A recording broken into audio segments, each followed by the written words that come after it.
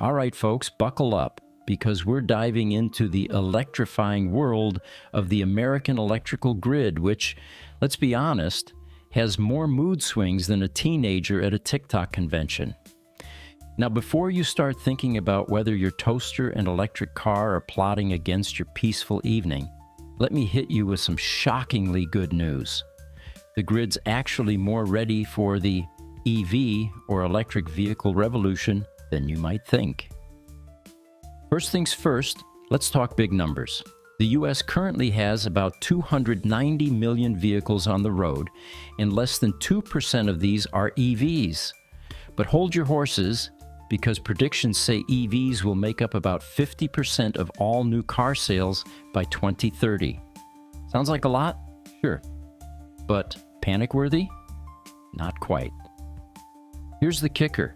Even if every American suddenly decided to swap their gas guzzlers for shiny new EVs, the overall demand for electricity would only increase by about 25%.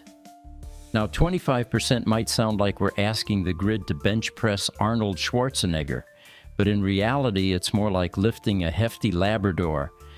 Totally doable with a bit of training. And training, folks, is exactly what's happening. Utilities are beefing up their infrastructures faster than you can say Tesla Roadster on a racetrack. We're talking upgrades and transformers, switching to smarter grids that actually learn your consumption habits, and increasing renewable energy sources. Yes, wind and solar are joining the party too, and they're not just there to make up the numbers. Now let's talk regional dramas starring Texas and California, the Beyoncé and Jay-Z of states when it comes to energy headlines. These two aren't just big on size and economy, they're colossal in their energy needs and, let's say, their unique challenges. California, oh California, land of sun, surf, and rolling blackouts.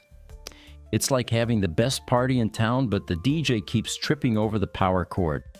California's been pushing renewables like they're going out of fashion, which is great for reducing carbon footprints, but a bit of a saga when the sun sets and the wind doesn't blow.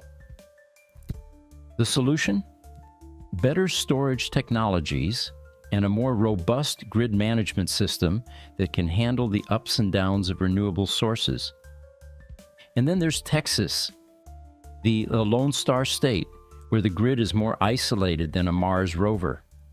In 2021, a cold snap literally froze their turbines and had people burning old love letters for warmth. Texas needs to connect better with other grids. No man is an island, and no state should be either. And perhaps show a little more love to weather predictions. So there you have it.